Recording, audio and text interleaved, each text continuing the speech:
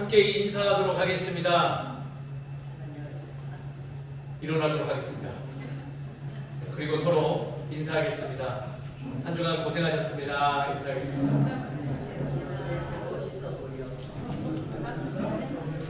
한 주간 수고 많으셨습니다. 고생하셨습니다.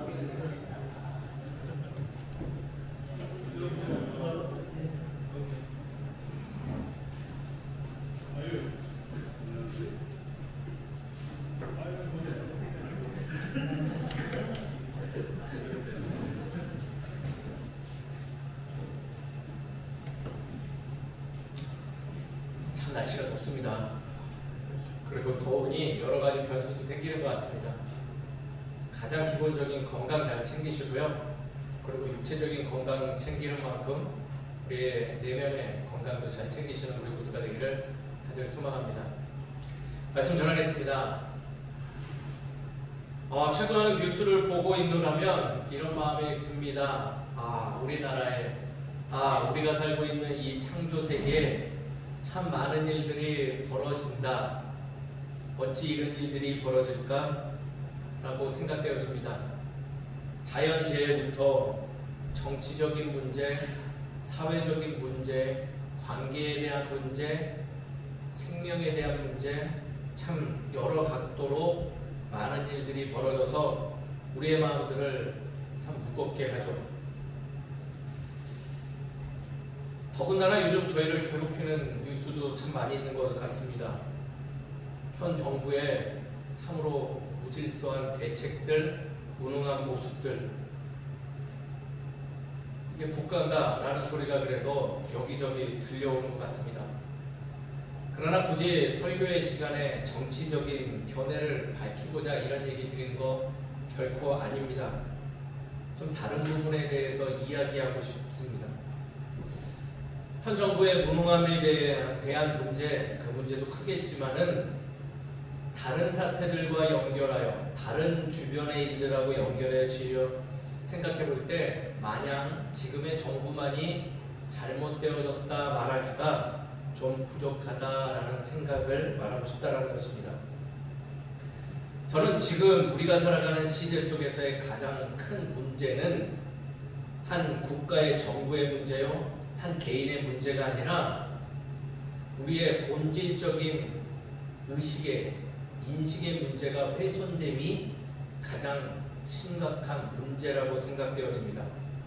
즉, 본질이 훼손되고 있다는 것이죠. 본질이란 무엇입니까? 바로 일상의 삶에서 전통적으로 약속되어져 있는 의식들, 우리의 일상의 삶에서 서로가 서로에게 맺은 작은 약속들이죠. 즉, 상식적인 언약, 상식적인 사고라 말할 수 있을 것입니다. 근데 그 상식이 무너졌다는 것입니다.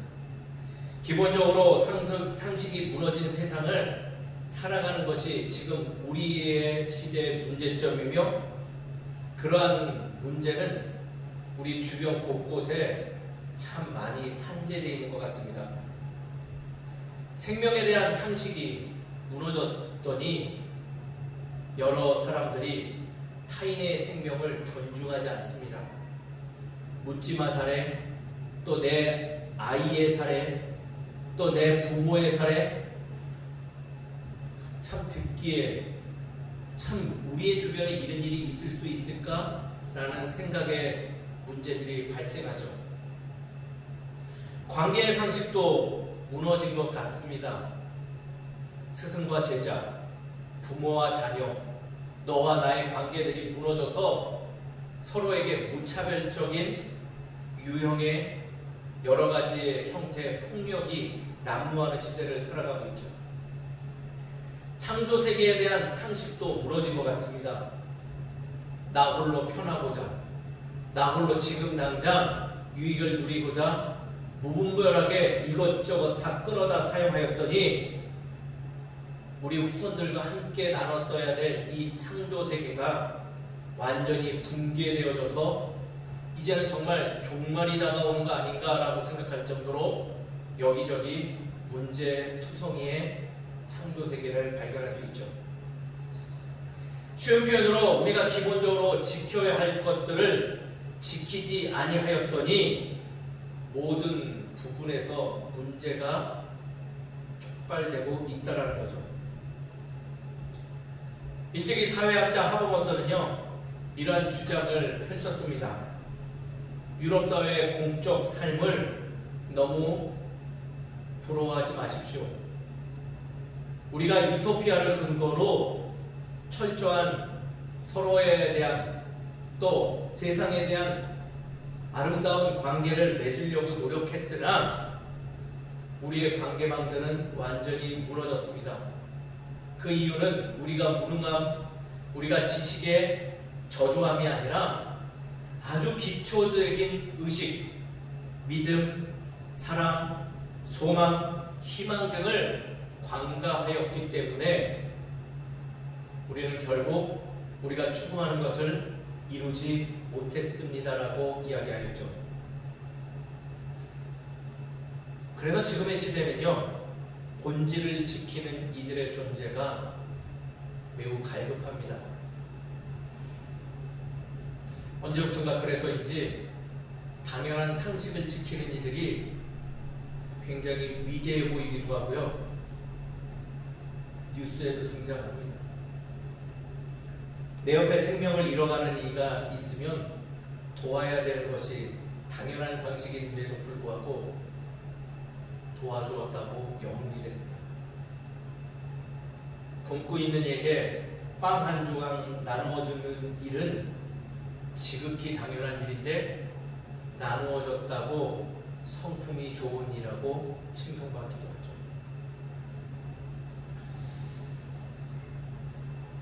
우리의 신앙의 삶, 우리 신앙인들은 이러한 시대 속에서 어떻게 살아가야 될까요? 말씀은 그것에 대해서 일찍이 우리에게 이야기하고 있습니다. 본질을 지키고 너희의 정체성을 가지고 세상에서 빛과 소금과 같이 살아가라고 66권의 성경의 말씀을 통하여 우리에게 하나님은 끊임없이 이야기하고 있다는 것입니다. 오늘의 말씀, 그와 멀리 동떨어진 이야기 아닙니다. 그것을 뒷받침하는 기초되는 말씀이죠. 오늘의 말씀이 어느 부분이 그런지 우리 한번 살펴보시죠. 말씀을 이해하기 위해서 민수기에 대해서 조금은 설명을 드려야 될 것 같습니다. 민수기서라는 것은 계수하였다 민족의 여러 부분들을 숫자로 나열했음을 드러내주는 그러한 문서입니다. 그런데 단지 숫자적인 나열, 그것에 대한 집계에 대한 통계로 인해서 우리가 이만큼 모였어, 이렇게 부흥했어 라는 것을 이야기하는 것이 아니라 그 계수됨의 안에 하나님의 능력이 잠재되어져 있고 그 은혜는 우리의 일상의 삶에 큰 은혜를 더한다는 것을 우리는 발견할 줄 알아야 됩니다. 민수기서는 기본적으로 인구조사로 인한 신앙적 사고를 우리에게 알려주고 있는 거예요. 고대 사회에서는요, 인구조사는 두 가지 목적으로 시행되었습니다. 어떤 목적인지 혹시 알고 계실까요? 첫 번째는요, 군사적인 목적, 징집하기 위해서 계수하였어요. 두 번째는요, 세금을 징수하기 위해서 계수하였죠. 이 두 가지 목적은요, 이스라엘 백성에게도 굉장히 중요했어요. 왜냐하면 광야에서 그들을 위협하는 존재로부터 스스로 방어해내야 되고 또 오는 전쟁을 치러서 정복해야 되는 이유가 있었기 때문이죠. 그리고 또 그들이 함께 연합하여 모은 물질로 자급자족해야 되기 때문에 계수하는 일은 굉장히 중요하다라는 것이에요. 오늘 본문 1장의 말씀은 세금을 위해서 징집하고 계수한 내용은 사실 아니에요. 그들의 계수하기 위함은 무엇 때문이냐면 군사적인 목적 때문에 각 지파별로 몇 명인지를 계수하였죠. 그리고 각 지파별로 뭐했다? 역할을 부여했어요. 그 역할이라는 것은 당연히 목적에 따라서 무엇일까요? 군사적인 배치를 이루었다는 것이죠. 그런 배치되는 말씀의 내용 중 끝에 갑자기 레위 지파만은 계수하지 말아라 라고 기록되어져 있어요. 좀 불편한 짓을 하나 말씀드릴게요. 많은 교회에서 본문의 말씀을 가지고 목회자의 권위를 보호하는 데 사용을 하더라고요. 사실은 그것과는 관계없는 얘기예요. 왜냐하면 목회자는 레위 지파가 아니에요. 우리가 유대 민족도 아니고 처음부터 이방 민족이기 때문에 레위 지파의 그 근거를 들어서 제시하는데 타당하지 않는 말씀이죠. 오늘의 말씀은요, 그거보다 더 중요한 거와 연관되어져 있는 말씀이 있어요. 그것을 읽어낼 줄 알아야 돼요. 그래야지 하나님 아버지의 마음을 발견할 수 있다는 것이죠. 다시 한번 말합니다. 두 가지 목적을 가지고 인구조사를 실시하고 더 나아가 각 지파의 역할을 할당했는데 그 할당의 목적이 무엇이라고요? 군사적인 목적이라는 거예요. 근데 이 군사적인 목적에서 누가? 바로 레위 지파들은요, 철저하게 배제당하는 모습이 기록되어져 있는 거예요. 그들은 군 징집을 하지 말아라 라고 이야기하는 것이죠. 좋은 일일까요? 대한민국 남성들은 어쩌면 좋을 수도 있어요. 강제로 군대 끌려가는 경험이 있었기 때문에 징집 안 되면 좋은 것이지 라고 생각하지만은 결코 레위인들에게는 지금 기뻐할 내용이 아니라는 거예요. 왜냐하면 그들의 명예가 실추될 수 있고 그들이 역할을 온전히 감당하지 못하기 때문에 자신들의 존재 의무가 약화될 수 있는 여지가 있기 때문에 그들은 무엇한다? 지금 사실 이 메시지를 들었을 때 불편함이 있었던 것이죠. 그리고 그 일이라는 것은 군사적인 목적이 아니라 성막을 정리하고 성막을 좀 다듬으며 보수도 하고 때로는 군대를 징집할 때 그때 열심히 싸서 단지 그들은 그 만들어 놓은 성막을 지키는 일만 동원되니 군사적인 관점으로 봤을 때 상대적으로 어떻다?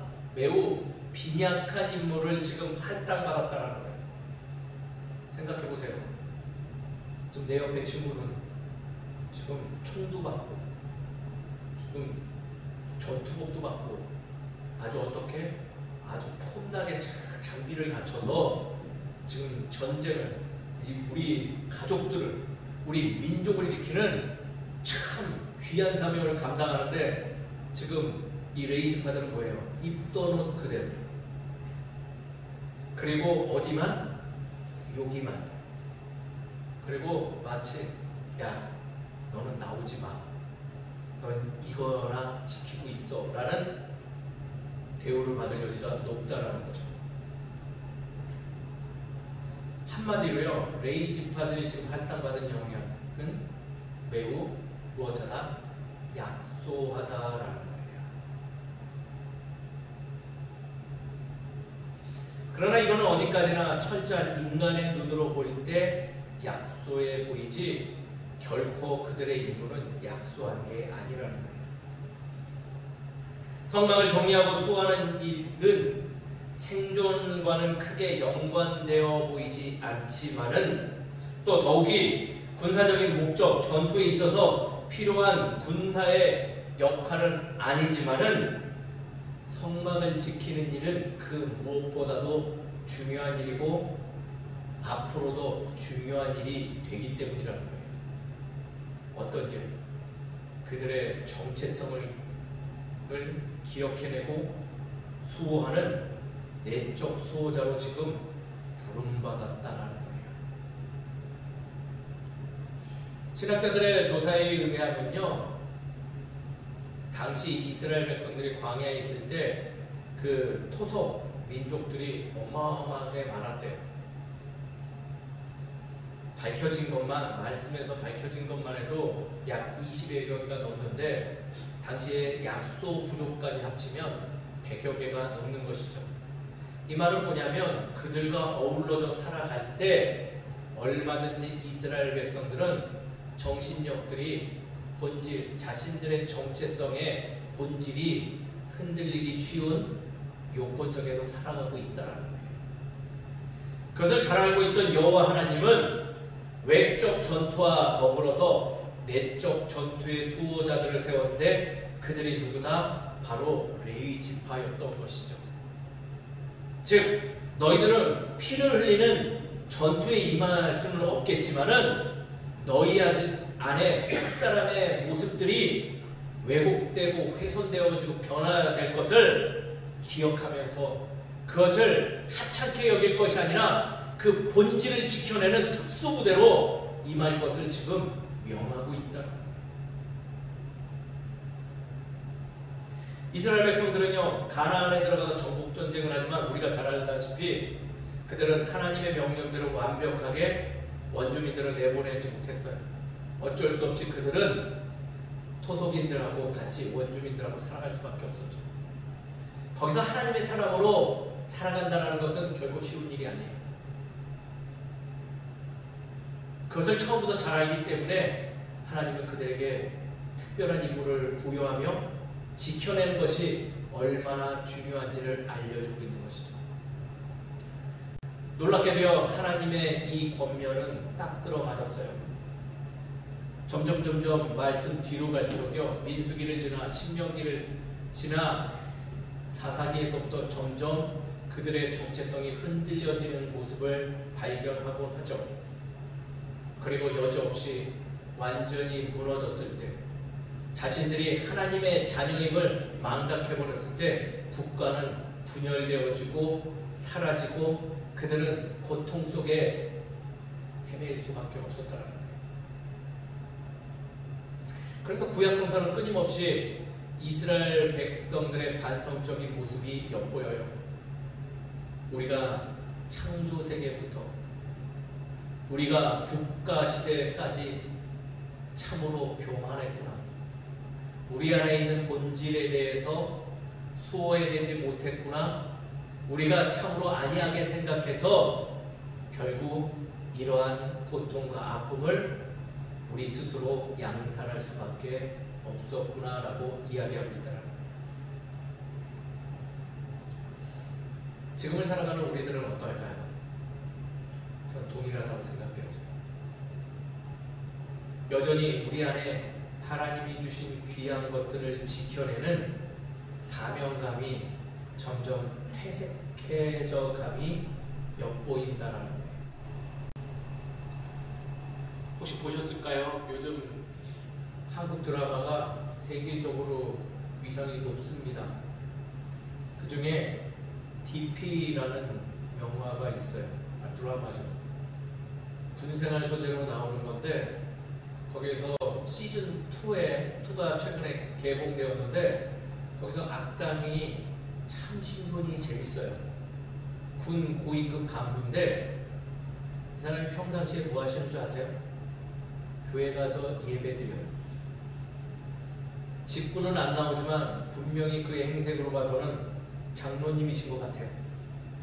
예배 시간에는 뜨겁게 찬양하고 기도도 열심히 다 하는데 참으로 악랄한 인간이죠. 자신의 이익을 위해서 수단 방법을 안 가리고 증거를 조작해서 밑에 사람들을 자꾸 아프게 해요. 또 이런 드라마도 있어요. 수리단이라는 실제를 바탕으로 만들어진 드라마 있어요. 수리남인가요? 예, 수리남. 보셨나요? 좀 보세요. 그 영화를 보면요, 거기에서 악당은 한술 더 떠요. 그분의 직함이 뭘까요? 목사님이에요. 수리단이라는 나라, 잘 알지도 못하는 그 나라 가서요, 실제적으로 선교사인 척하며 마약을 배급했던 한국인을 모태로 만든 그러한 드라마죠. 굉장히 거슬리는 게 무엇이냐? 말끝마다 이게 하나님의 뜻이래요. 총을 쏘고 사람을 죽이는 일이 하나님의 뜻을 거역했기 때문에 그렇다라고 이야기하죠. 근데 그 내용보다 더 마음을 아프게 하는 게 있어요. 뭔지 아세요? 그것을 바라보는 청중들의 반응인 것이에요. 언제부턴가 그러한 이중적인 종교인의 모습, 즉 더 세밀하게 말하면 개신교인의 모습을 보면서 그 누구도 이제 낯설어하지 않는다라는 거예요. 오히려 공감해요. 그래, 교회 다니는 사람들 저러지라고 받아들이고 있다는 거예요. 우리가 종교와 일상에 대해서 한 번쯤 진지하게 고민해 봐야 될 것 같아요. 종교에 몰두하다 보면 일상의 책임과 상식을 외면하기 쉽죠. 또 일상에만 몰두하다 보면 종교의 중요성을 망각하기 쉽습니다. 즉, 종교와 일상의 균형을 유지하는 것은 기본적으로 어려운 일이지만은 사실은 우리가 지켜야 될 본질이며 결코 포기해서는 아니 되는 아주 기본적인 상식이라는 거예요.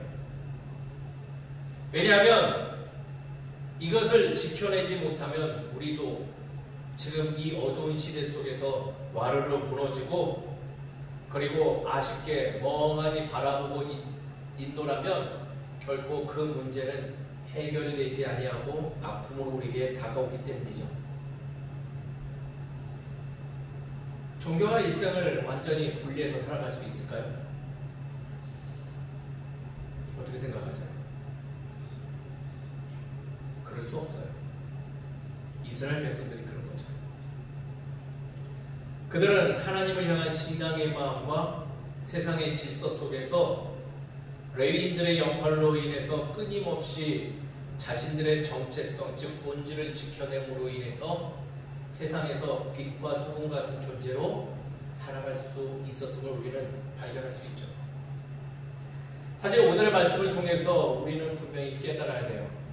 우리가 간과하고 있는 우리 내면의 문제, 우리의 본질적인 문제를 이제는 방치하거나 간과해서 될 것이 아니라 레위인을 세워서 지킨 것과 같이 우리 스스로가 하나님의 거룩한 레위인들이 되어서 우리 안에 신앙의 마음, 기본적인 본질의 마음들을 지켜내면서 세상 속에서 균형을 이루므로 살아가는 것이 참으로 우리에게 중요한 사명이 되는 시대를 살아가고 있음을 우리는 기억해야 된다는 것이죠.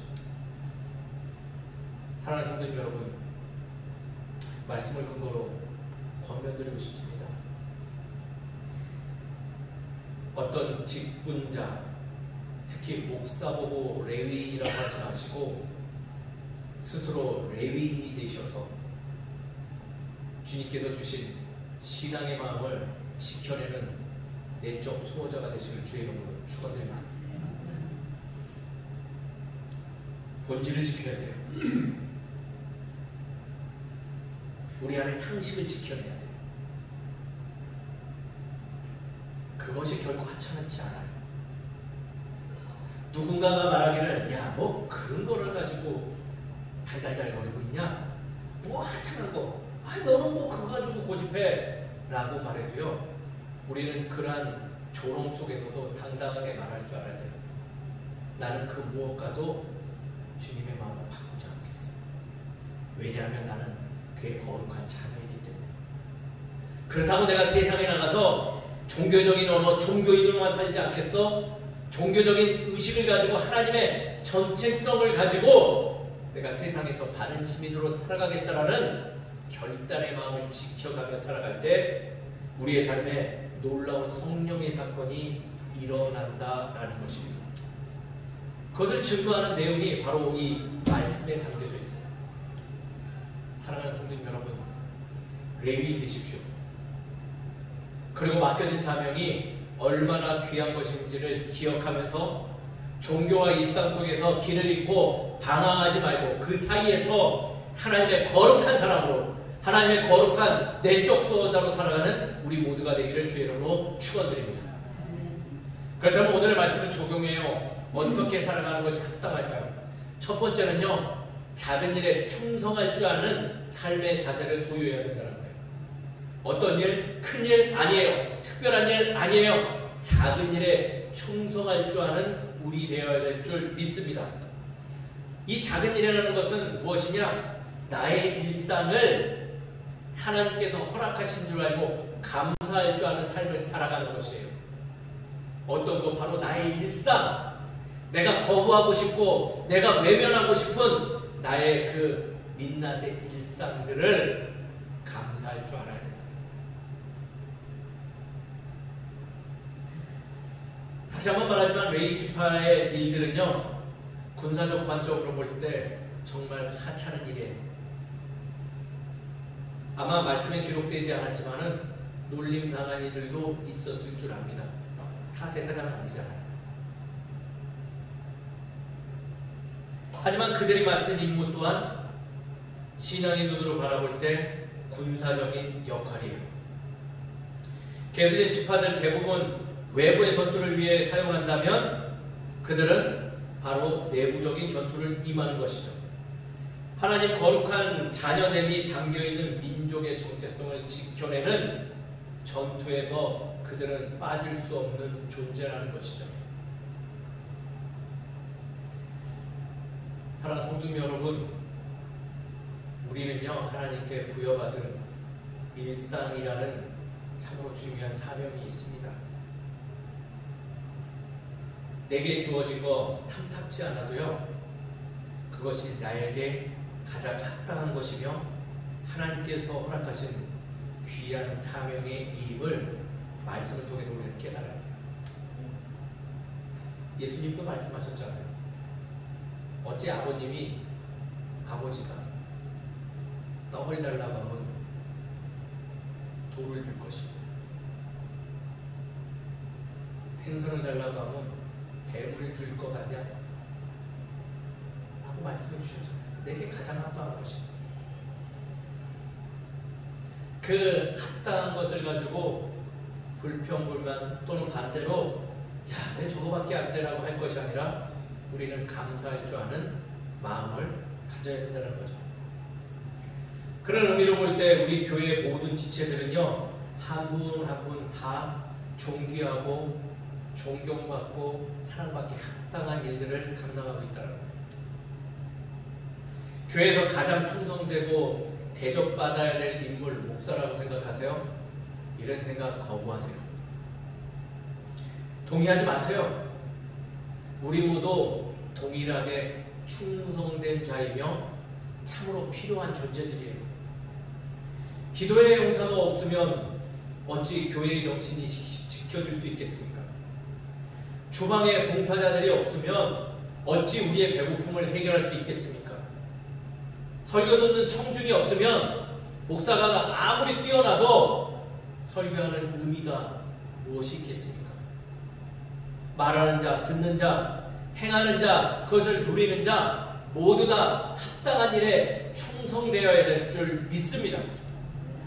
사랑하는 성도 여러분, 우리의 일상의 모든 부분들 하찮다, 나에게 왜 이거밖에 주지 않았냐라고 불평하기보다는 주님께 감사를 올려드리며 그것을 지켜내고 그것이 얼마나 내 삶의 중요한 부분인지 깨달아라 증거하는 증인된 삶을 살아가는 충성된 주의 자녀 되시기를 주의 이름으로 축원드립니다. 두 번째는요, 정체성을 가지고 살아가야 돼요. 신앙생활을 하지만 뇌가 가출한 성도들이 참 많이 보입니다. 이게 유교인지 불교인지 뭐 이상한 종교가 되어져서 사상과 행동들을 거침없이 행하는데 여전히 자신이 기독교인인지 신앙인지 착각하고 살아가는 이들이 참 많이 있어요. 예전에는 신학교 다닐 때 저희 학교 뒤편에는요 점집이 어마어마하게 많았습니다. 신학교 뒤에 점집이 그때 제가 학부 시절에 세보니 한 40여 군데 있었던 것 같아요. 집마다 대나무가 쭉쭉쭉 꽂혀 있고 뭐 슈퍼마켓을 가도 무속인들하고 종종 만날 때가 있죠. 그러다가 한 무속인하고 친해졌어요. 근데 말을 나누는 중에 아주 기가 막히고 코가 막히고 눈물이 쏙 빠질 정도로 웃긴 일을 들었습니다. 뭐냐면 자기는 권사님들 때문에 먹고 산대요.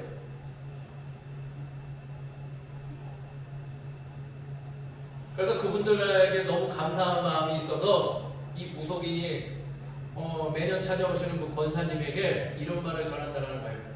아, 여기 이제 그만 찾아오시고 당신은 우리 신보다 더 좋은 신이 있으니 여기 올 사람 아니라고 그 얘기를 해준답니다. 그럼 무슨 일이 벌어지는 줄 아세요? 그 권사님이요 더 열심히 온대요. 오지 말라고 했더니 아주 정기적으로 찾아오더래요.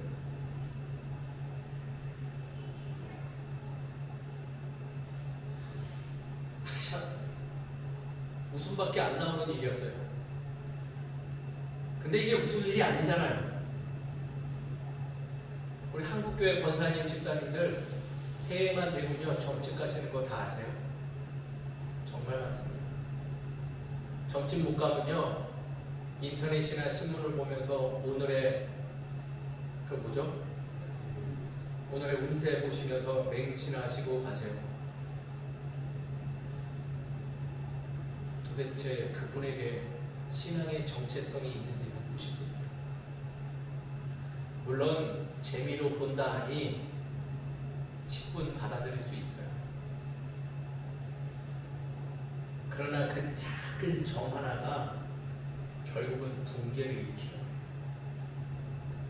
그 가볍게 여기는 그 한 점에서부터 우리의 정체성은 점점 무너진다는 거예요. 자신을 낳아준 부모를 부끄러워하는 자녀들도 저거 불효자식이다 라고 세상도 아는 일을 우리는 주의 거룩한 자녀임에도 불구하고 우리의 영적인 부모이신 하나님의 그 마음과 그 의식들을 외면하고 살아가며 나는 마치 주의 자녀가 아닌 것처럼 세상에서 살아가는 우리들의 모습을 볼 때 우리의 정체성을 기억하지 못한다라고 이야기할 수 있는 것이죠. 사랑하는 성도 여러분, 주의 자녀됨을 부끄러워하기보다는 그 정체성을 기억하는 데 몸부림하고 자부심을 갖는 우리 모두가 되기를 주의 이름으로 축원드립니다. 죄송하지만 교회를 안 와서 예배를 안 드려서 믿음이 약해지는 거 아니에요. 원래부터 우리가 그 정도 믿음밖에 없는 거예요. 자꾸 타협하고 합리적으로 합리화시키는데 나서지 마세요. 다른 사람 다 속여도 자신은 속일 수 없잖아요. 끊임없이 스스로에게 물으세요. 승현아, 너는 정말 오늘도 하나님의 자녀로 살아갔니? 그렇다고 나무라지는 마세요. 넌 이거밖에 못하니까 그냥 포기해. 이러지 마시고요. 실수한 게 보이면 수고했다고 이야기도 해주시고 괜찮다 말하며 다시금 주의 의식을 소유할 수 있도록 끊임없이 권면해 주세요. 그게 바로 주의 정체성을 갖는 방법이라는 거죠. 오늘도 그렇게 살아가는 우리 모두가 되기를 주의 이름으로 축원드립니다. 마지막 세 번째는요, 순종하고 살아감이 오늘의 말씀을 적용하는 삶이라 말할 수 있습니다. 정체성을 기억하여 내가 어떠한 존재인지 알았다면요, 그에 합당한 모습, 즉 하나님의 거룩한 자녀된 모습으로 살아가는 것이 맞는 것이죠. 그것을 선택하는 것이 순종하는 거예요. 언제까지 이도저도 아닌 모습으로 살아갈 것입니까? 세상의 사람들이 묻잖아요. 당신들은 하나님의 사람입니까?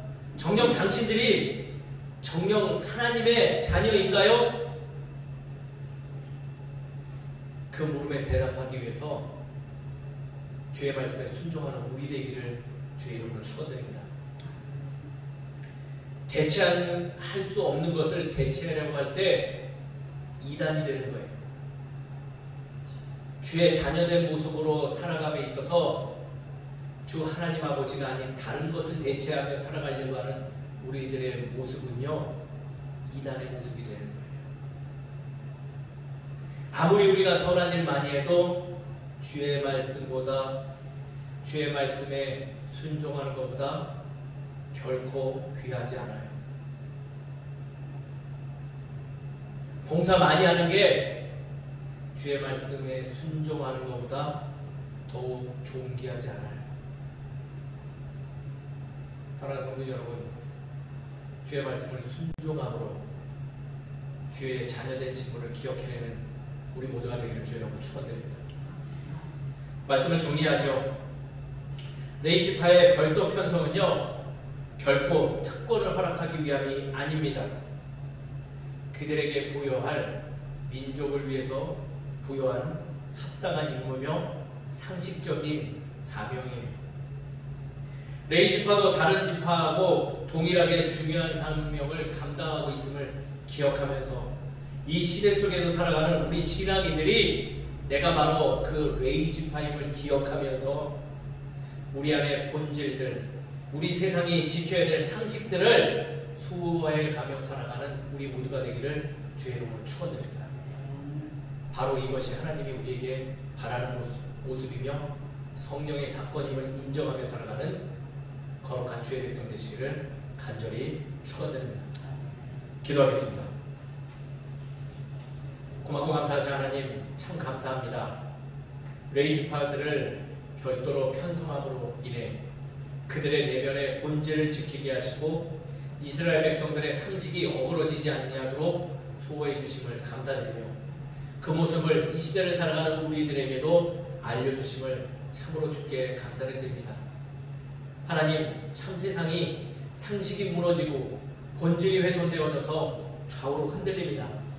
이러할 때 그것을 가지고 불평불만하기보다는 우리 안에 주의 사랑의 마음, 주의 자녀된 모습들이 훼손되어진지 점검하고 살필 줄 아는 지혜를 허락하여 주시사 우리가 본질을 수호하고 이 어두운 세상 속에서 빛의 자녀로 살아감으로 어두운 자리들을 밝히 드러내는 거룩한 레위인 될 수 있도록 주님 도와주시옵소서. 다른 이에게 레위인 되라고 권면하기보다는 우리 스스로가 레위인 되기를 자청합니다. 주님 사용하여 주시옵시고 이 세상 속에 놀라운 주의 하늘의 질서를 선포할 수 있는 우리 모두가 되게 허락하여 주시옵소서. 이 모든 것을 감당할 수 있는 능력을 허락해 주시고 그 능력을 남용하지 아니하고 지혜롭게 사용할 수 있는 성령님의 인도하심을 체험하게 하시며 우리가 날마다 그 사건 속에서 주를 발견하는 기쁨의 삶을 살아갈 수 있도록 주님 도와주시옵소서. 모든 것을 주님께서 이루어 주실 줄 믿사오고 살아가신 예수 그리스도의 이름으로 기도드립니다. 아멘. 축도하겠습니다. 지금은 우리 주 예수 그리스도의 은혜와 하나님의 무한하신 사랑과 성령님의 교통하심이 우리의 삶 속에 종교와 일상의 사이에서 주의 거룩한 자녀로 주의 것을 지키며 살아가겠다 결단하는 이 자리의 모든 성도들 머리 위에 흩어져 있는 모든 성도들의 삶 위에 직장과 삶의 터전 위에 이제부터 영원히 함께 해주시기를 간절히 축원합니다. 아멘.